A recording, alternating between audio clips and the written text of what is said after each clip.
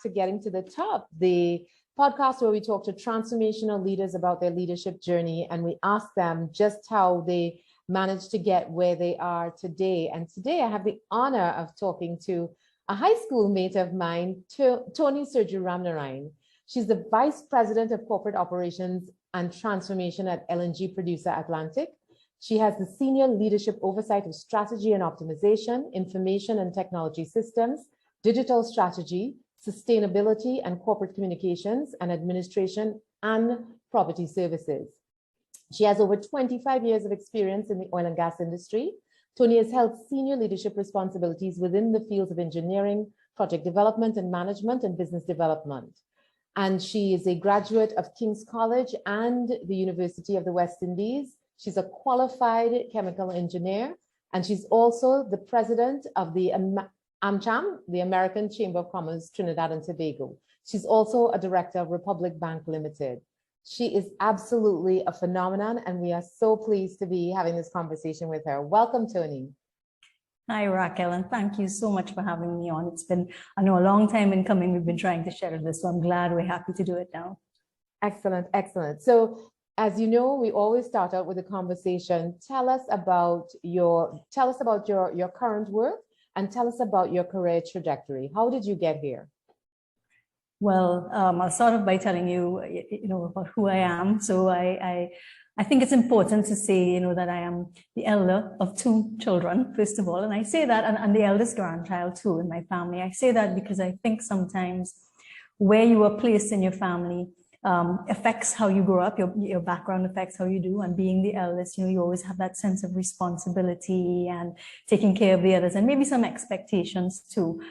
But I think, also growing up in a very, very loving home, I feel very fortunate to have had the background where I have felt always unconditional love, not just from my parents and immediate family, but my extended family as well. And that I feel very fortunate to have, because I know not everyone is blessed to have that. So I'm grateful that I think that too has influenced me, because it gives me my sense of self-worth and I guess confidence all the way through my life. I think, when I was, you talked about it earlier, that we are classmates. We went to high school together. And I think that also was very foundational in my life, because going to the school that we went to, let's just say it, Racquel, it's the best school, right? Bishop Anthony High School. Of course. Words like diversity and so on that we speak about so much now was so much in the ethos of what that school was. For sure. And we didn't even label it that. No. It was the way we were. I think it's a surprise to me now, or certainly, entering the world of work after leaving Bishop's, realizing that the world wasn't quite as diverse as it felt to us. Exactly. And so I think that was just a very fortunate circumstance that we were able to have that very rich experience, and it helped make us who we are, right? So, sure. And I think too, from Bishop's, but also from my grandmothers, that feeling of faith. I feel I'm a woman of strong faith that leads me all through my life, as well, has also had a significant influence on me. Coming out of Bishop's, though, I mean, you probably know I was a tomboy in school, and very unglamorous. People don't believe me when I tell them that, but it's true. Loved sports. I don't believe it anymore, and I knew you then. And coming out, I was always inclined with math and science, always, right? But I didn't know exactly what I wanted to do. So, when it was time to apply to university, and of course I was going to go to UWI, I didn't have any other options available to me. And I'm happy that I did, had a wonderful time at UWI. I applied to do natural sciences. And then UWI, because the deadline date was passing for my submissions. And then after that, UWI had a career fair, and I went in, and I remember walking into the engineering labs in the Faculty of Engineering at UWI.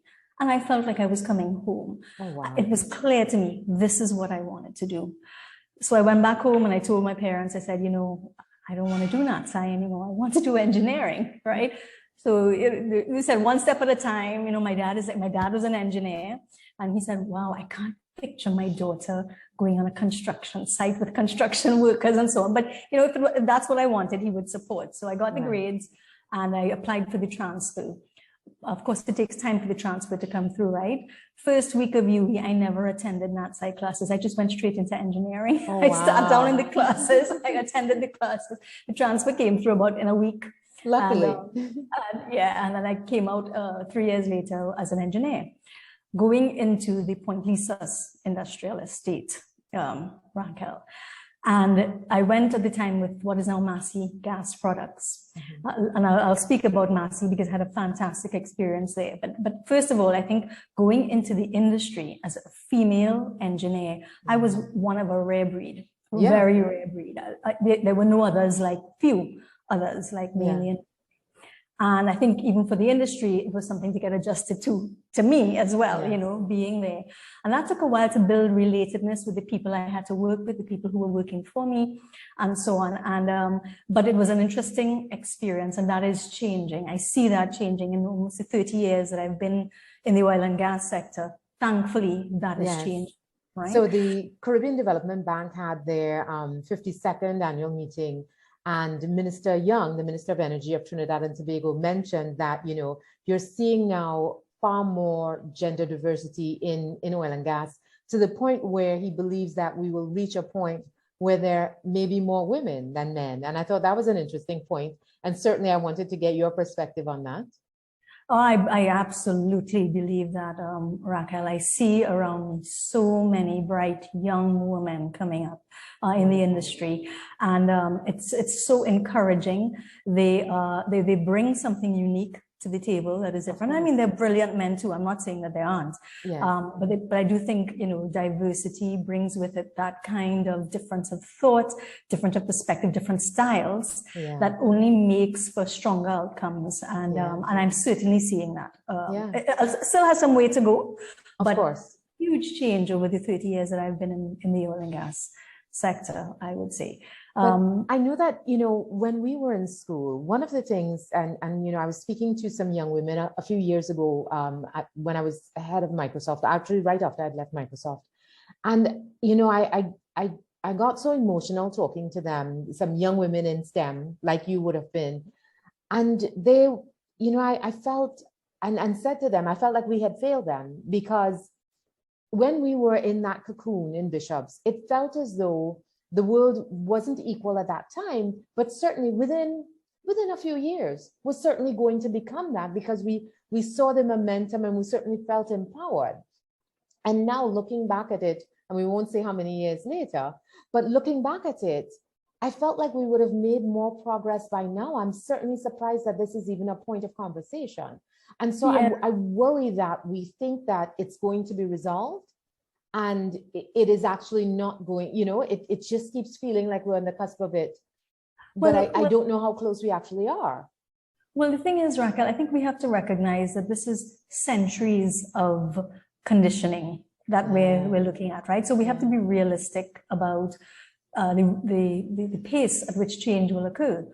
But I think you are seeing a momentum building where it's changing far faster now than it was before. And maybe because it was happening organically a bit before, but now I think there's this consciousnness about it. And programs like this, like what you're doing, are helping to elevate this as an issue, to make us more, a lot of it is unconscious bias. A lot of it is unconscious bias. And I think, you know, more and more we are becoming conscious of it. So I think we can expect it for it to occur faster, but we have to bear in mind it's centuries of conditioning for all of us that we're trying to change. Yeah, I think sometimes people as well, you know, they'll say, oh, well, you know, when we have more women doing something, diversity won't be an issue. And I'm like, we're conditioned as well. You know, the same conditioning that the boys experience, we have experienced as well. So we also have to be aware that we are entitled to a space at the table and entitled to be leaders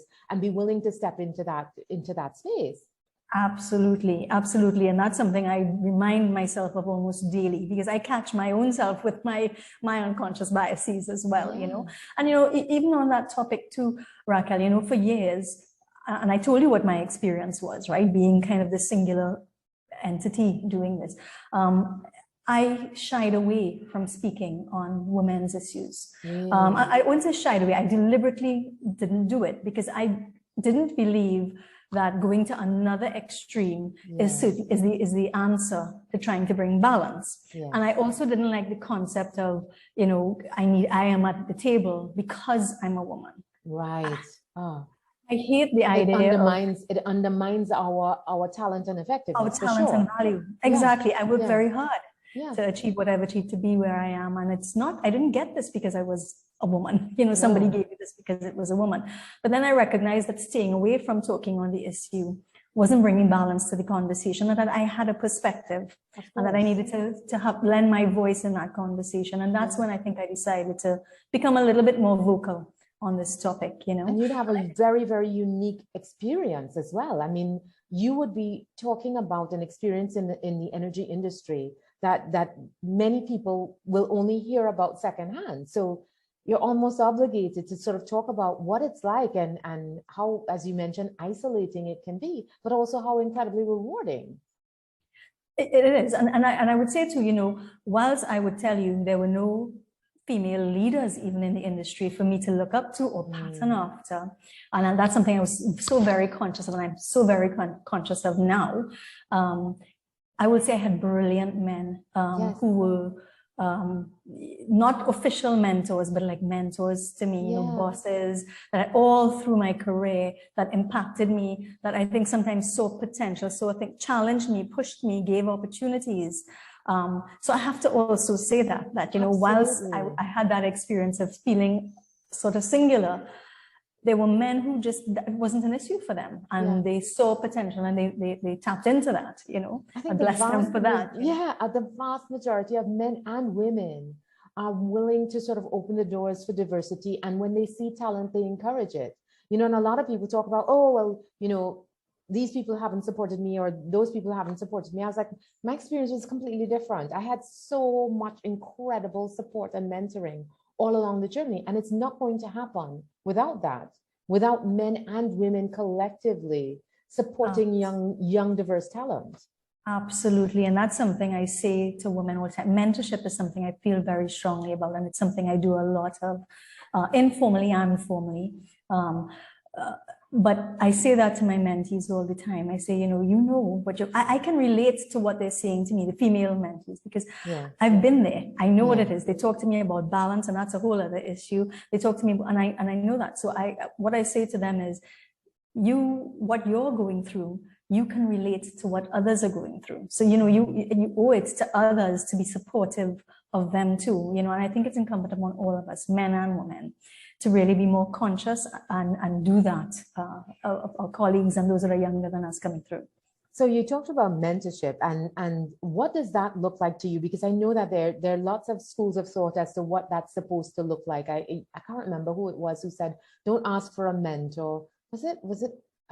I don't want to attribute it to the wrong person, but she was saying, don't ask for a mentor, but say, listen, here is my problem, and this is the support I need, versus mentor me, and then you come like an empty vessel. For me, I certainly prefer tell me what is the challenge that you're having, and pick people to help you based on the challenge you're having, versus just sort of being an empty vessel.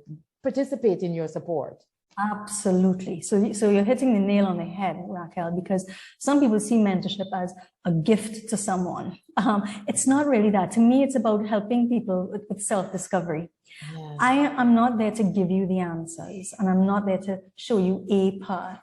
What I try to do is question you, to question in ways you haven't questioned yourself.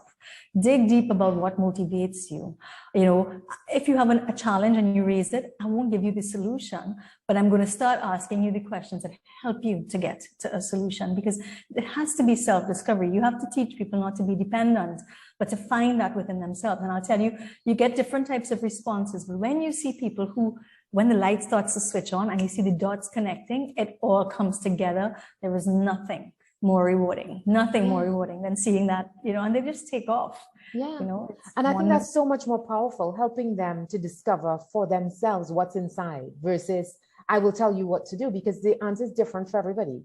And so, yeah, so helping them on that journey, it's more of a coaching journey, I suppose, than a mentorship journey, to just get them to figure out what is it that you really want? How do you really feel? What really motivates you? How do you make the right decision based on what you want? Oh, I love Yes. it. Yeah, and I think too, companies have a role to play in this as well. I spoke to you just now about starting off with Massey Gas, and early in my career, even though I said to you, engineering was like coming home, it's what I felt I wanted to do. They recognized things in me. They started giving me tasks and duties and responsibilities that were more managerial in nature. And they put me on their training program, which was wonderful. And this is why I say companies have this responsibility. I got to go to all of the subsidiaries of Massey and interact with the executives. They made the time to interact with those of us on the program, and you got to learn different styles and skills, and your business acumen kind of developed. And I think it's so important that companies make that investment in young professionals, because I can tell you things today that I learned from that so many years ago. And in fact, that changed my career trajectory, because you asked me about my career trajectory, and I told you I started as an engineer, and I'm not that now. And I think that was one of the turning points too, because I always said, when I worked for a few years, I would go do my master's and I would do it in environmental engineering or environmental science. My passion was the environment. But because I got this kind of broader exposure to the business, I decided instead of specializing, I was going to diversify, and I went and I did my master's in business instead, and that changed my career, because I came back and I started doing business development. Now I'm still doing business development in the energy sector. So I'm using I have to have the technical skills to understand the products and the offering that you're putting on. But then I also have to develop the proposal, the commercial aspect of it, the negotiation, the contract eventually. And that gave me the marrying of the two worlds, and, I think that's so unique, because even though I was still doing that at Massey, I then got moved into Phoenix Park gas processors. And the lure of the natural gas industry was too attractive for me to turn that down, because of course I saw natural gas as being the next big thing for Trinidad and Tobago. Sure. And that was a good bet. Yes, it was. It turned out to be. And, and Phoenix Park was a wonderful company as well, and it was setting up their business development unit. And so again, got that experience, and, was able to, Racquel, get onto a project that was probably at the time I was 28, and it was like a $40 million project. And I got assigned, that was my baby, right? I got assigned to do this. And I saw that project from concept, commercial negotiations, contract signed, into design engineering. I had a secondment with ConocoPhillips in Houston to do the design engineering. And I talked to you about my passion for engineering. For an engineer, most engineers work in operation and maintenance of plants. To get the opportunity to do design engineering, oh my God, that's like Christmas. Right? Listen to me, your eyes still light up. And I was I had a responsibility for all of the engineering. So it wasn't just chemical engineering, it was all the disciplines. And it was a multi-disciplinary engineering team and multinational team too. I had people of different nationalities on it. And it was wonderful. It felt like a huge responsibility. I was 28. I was just married. I left my husband to go to Houston to take this assignment for 2 years, but it was so rewarding. My growth was so steep in that period of time, and I remember coming back when we were doing the construction of the plant, and I got pregnant with my first child, and I was 8 months pregnant at the time, and the plant was coming to just about fruition, and I wanted to go out and see it, but no clothes would fit me, so I went and I ordered PPE that was like this large. Jacket and a pants with elastic, put on my steel boots and my hard hat, and I went out there. I think I gave I'm surprised they let you do it. Of course. It just, I can imagine nightmares, right? But nobody was stopping me from going and working, for example, in the tank that you were part of the design, and I'm getting the opportunity to walk into this tank. That was my other baby that I was birthing to. So nothing, wild horses couldn't keep me from that plant. But I was quite a spectacle. 8 months pregnant in PPE walking. I am absolutely stunned that they let you on the site, because it would mean that you are fully pregnant. Your center of gravity is different. You are a rolling safety hazard. And the day that I went out, it rained, there was mud. I had to take my temp. When I tell everyone was nervous around me, they was, but I couldn't miss that opportunity. Of course, of course. You know, so I think that was a major sort of turning point for me, and an opportunity and growth for me, you know, and that kind of took me into Atlantic, which is where I am now. When I went there to actually do, Atlantic hired me to do major projects like that. But soon after, that's an interesting story too, when they hired me, because they called me and said, you know, we want somebody who's local talent who can develop these projects. We've typically done it overseas. You have this experience. We'd like to hire you. Are you interested? So I said, yes. Fabulous. They came back about a month after and said, okay, you know, yes, we have the position. We want you to join and so on. Can you come in to sign? But by that time I had found out I was pregnant. Oh, wow. Again. So I said to them, I remember telling who would be my boss, you know, but I have something to tell you. Yes, I'm interested, but I'm pregnant. And he said, is it that you don't want to work when you finish having the baby? So I said, no, I want to work, but I'm just letting you know in about 7 months' time, I'm going to be off on maternity leave. So I wanted to let you know that. I don't know if that puts a dampening. He says, absolutely not. Yay. You know, and you know, back then, now you would think, oh gosh, that shouldn't be an issue. But back then, Racquel, you know, that spoke to me about the kind of company Atlantic was and the kind of leaders it had, that, you know, they didn't see that as something that would be a hindrance. Right. Or a disqualifier. Yeah. And some companies would, and they may not even say it, but they would be glad that you would give the opportunity to say that. Yeah. To give them an out. Exactly, you know, but it was interesting even how my career evolved there, because even then I told you I was going to do project development, but the government had then decided, okay, we put enough gas into LNG and we're not going to do major project development anymore. So the job that I went to do sort of disappeared. Oh, no. And they said to me, you know, Toni, we really want to offer you the position of executive assistant to the CEO. And I said, executive assistant? I'm not an executive. What is an I'm not an assistant. And I didn't know that this was a position that was very coveted, that you shadow the CEO, that you really are seeing the business. And that, when I took it, Racquel, I had to be convinced to take it, right? When I look back now, I say, silly girl, you know, I should have just grabbed it. Have you read Ursula Burns' book, Where You Are Isn't Who You Are? No. Oh my gosh. So you have to read it. So she almost had an identical, she's the only Black CEO of a Fortune 500 company to date. And in her book, she talks about getting this opportunity. She speaks up at a meeting and was nearly, she thought she was going to be fired. They called her in and asked her to be the executive assistant to the CEO. And she's like, likewise, she's an engineer. She's like, I'm not an exec assistant. I'm not going to do this. And her husband said, are you crazy? This is your opportunity to see up front what the leadership of this organization is like. You will sit in the board meetings. You will, you know, this is an opportunity that was well coveted. So, yeah. Exactly. So it was the leaders again that convinced me, no, Toni, you're right for this role. You'll do this well. So I took it on, and I'm so happy that I did, because it broadened completely my perspective, Racquel. And, you know, after having done that, and I got to work with two CEOs, because I was there for the transition of two. So two different styles, two different leaders, wonderful leaders, both of them, that you learn a lot from.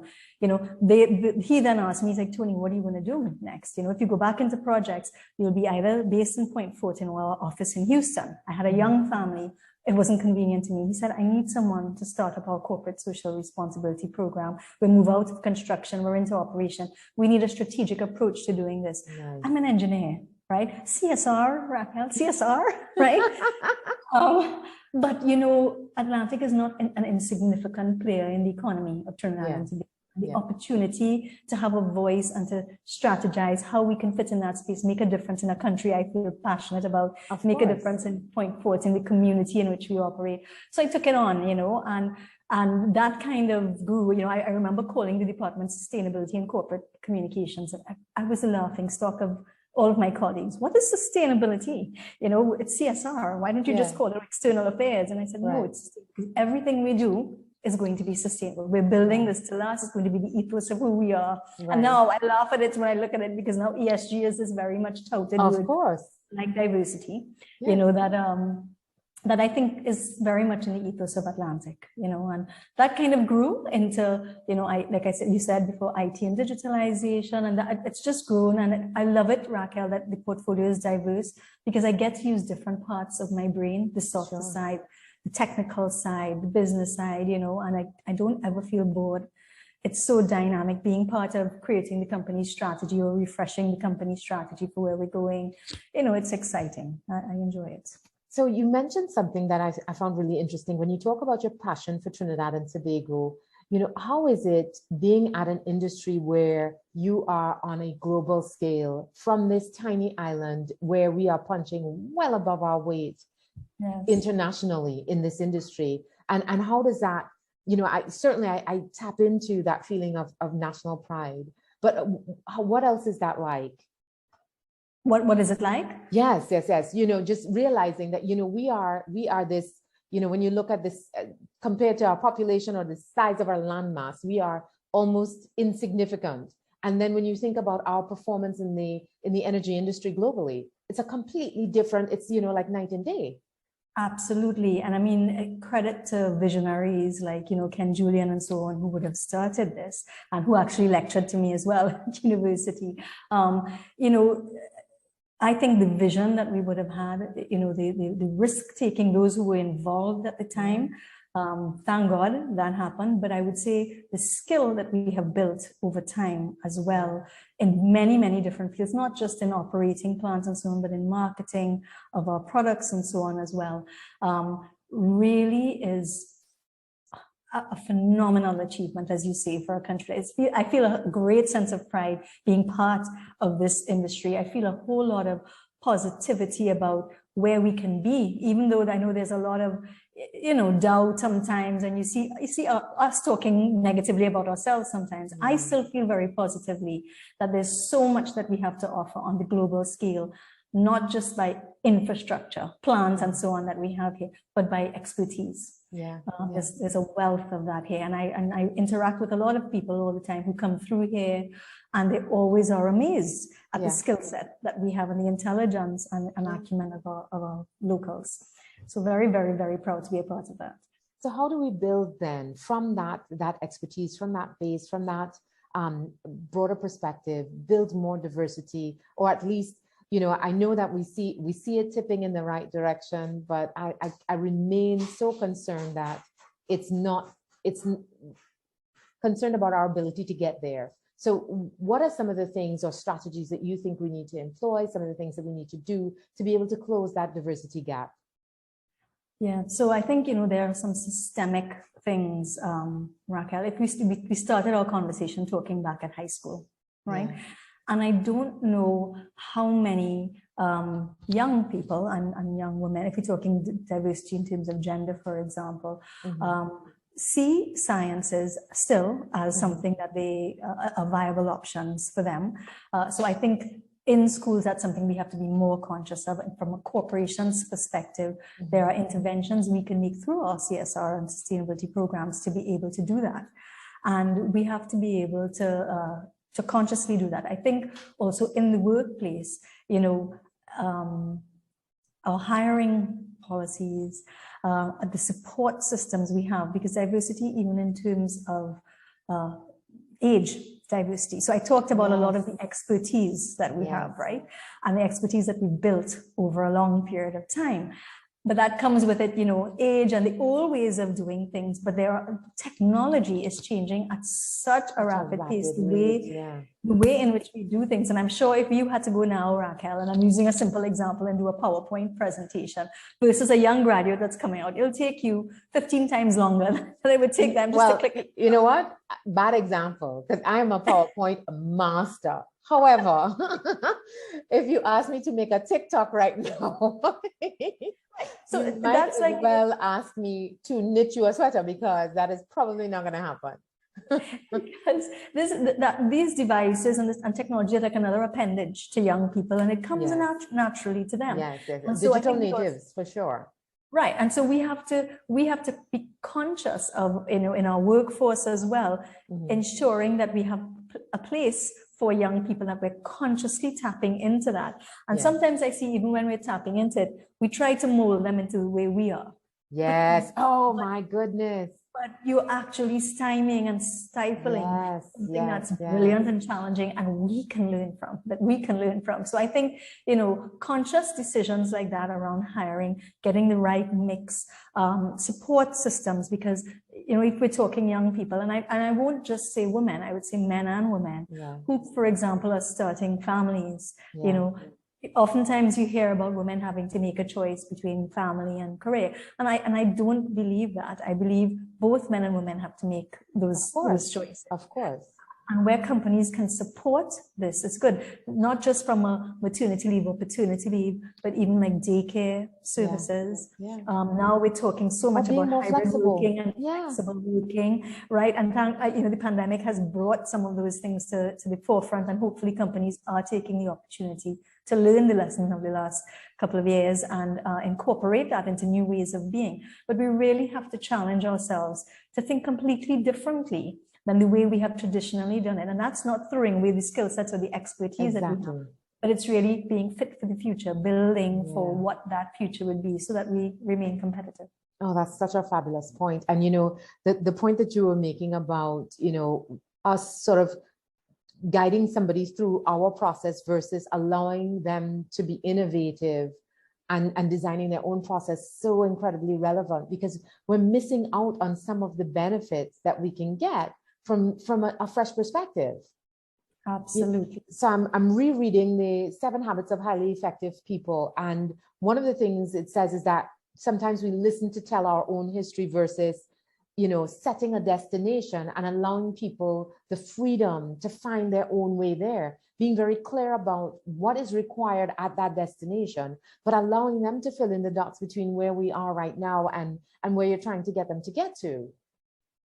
You're making me smile when you say that, because that book is a book that was so pivotal for me, I think, when I turned 30 and became a mom. And the other day I was cleaning out and I found it and I said, I have to reread this book. So I'm going to reread it again. It's one of those things that, the gift that keeps on giving. You read things at different stages and you take different things from it at different points in time. Yes, I've also ordered the workbook. I said, no, I need to do this more I don't know if deliberately. You know, but they have it for young people too, right? They have it for... Yes. I bought it for my children when they were young as well. Oh, and did they take it on? They did. We had discussions about it. There's one for teenagers. I can't get them to read that one. but the ones for young ones, we did. They make it fun. So, it's nice to do, yeah. So I'm going to ask you 2 questions. What are you like as a mom, and what are you like as a leader? As a mom, if you ask my children, they'll tell you I'm a taskmaster. My children will tell you, I say to them probably 2 things all the time. Time, don't waste time. So I'm always like, time lost can never be regained. So make every moment count, make every day count, right? So, and I'm a relentless time manager. So that's one of the things that they will tell you, that, everything is in to plan, everything's in order, everything's time, and I like it to be like that, and I like them to be like that. And the other thing I tell them a lot is there's absolutely no substitute for hard work. So you just work hard, do the best that you can do, be satisfied that you've done your best, and put the rest in God's hands, and the universe will take care of itself. So I would say those are the 2 things that I say. They would probably see me as a disciplinarian. I hug them all the time. I'm affectionate too, and I'm physically affectionate with them as well. But they know I'm the taskmaster, the disciplinarian, the time manager. Yeah. They know that as well. So that's as a mom, and I will say that's one of my most fulfilling roles. It is my most fulfilling role.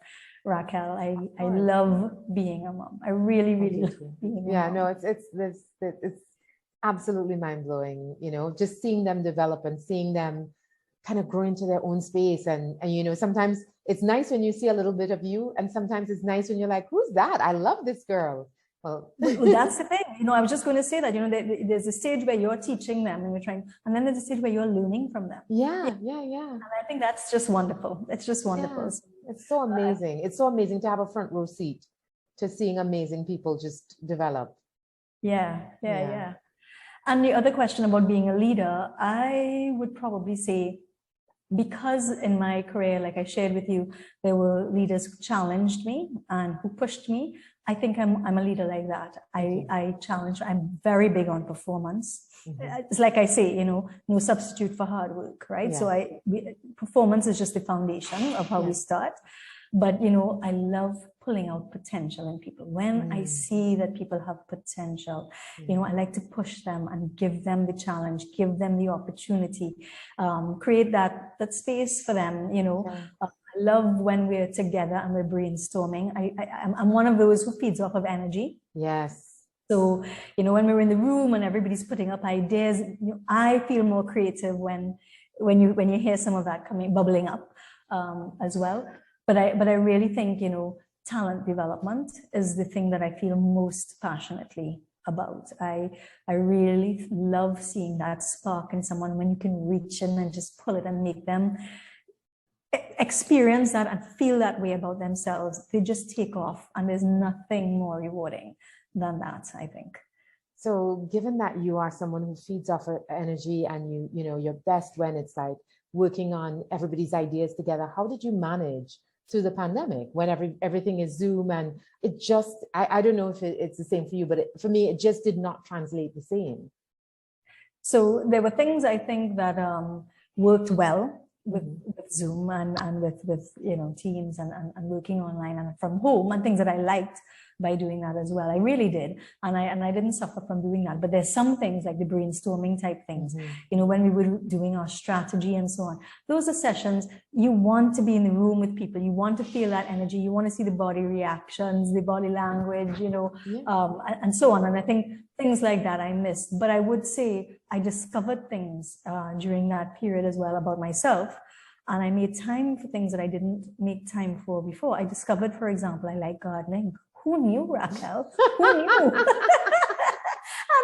Of all of the things you said, I find that the absolute most surprising. I cannot see you in the garden. I can't. Yeah, I do. And up to today, I mean, even as hectic as it is, I'll just walk outside, I'll check on my plants, I'll do a little reading, 5 minutes a day. But it does, it energizes me. It's a connection with something that's nature. Natural. It's fresh air, it's outside, it's sun, so I actually discovered that I liked in the pandemic. I always enjoyed cooking. I just never have time for it. So it's something that remember we had no housekeepers at the time and so on. Yes. I took the time with my children, teaching them how to cook as well. And we did it together as a family activity, and I enjoyed that. And then I also rediscovered my love of reading. I am a voracious reader. You've got to give us your book recommendation. Oh my gosh. I read all sorts of things. I mean, so we talked about coffee. Coffee is one of my favorites. In terms of biographies, probably Long Walk to Freedom. Oh, wow. Okay. My favorite. In terms of entertaining reading, I love Naipaul. So House of Mr. Biswas is probably my favorite. Okay. But Racquel, when you're at different times in your life, different things appeal to you. Sure. You go through the phase of the self-management books and self-discovery books. You go through the period of biographies. You go through the period of espionage and fiction. And I've not had that phase. I've not had that phase. I have been in almost a single cycle of either books about data, books about information. I've read. I'm not a big fiction fan at all, but someone sent me this fiction book about trees, the overstory that I absolutely loved, like fell in love with it. And I was like, maybe there's a fiction reader in me yet. Well, I don't know if you remember the library in Bishops, right? Well, my mom couldn't. Oh my gosh! Listen to me. I could draw you a map of that library. Oh my God. So when I walked into there, and I would say at 12 years old, my favorite book at that stage was Emily of the Moon. It was by L.M. Montgomery, one of my favorite authors too, right? Yes. So I say in different stages, I have different things. In the pandemic, I was back into fiction because to me, that was my release.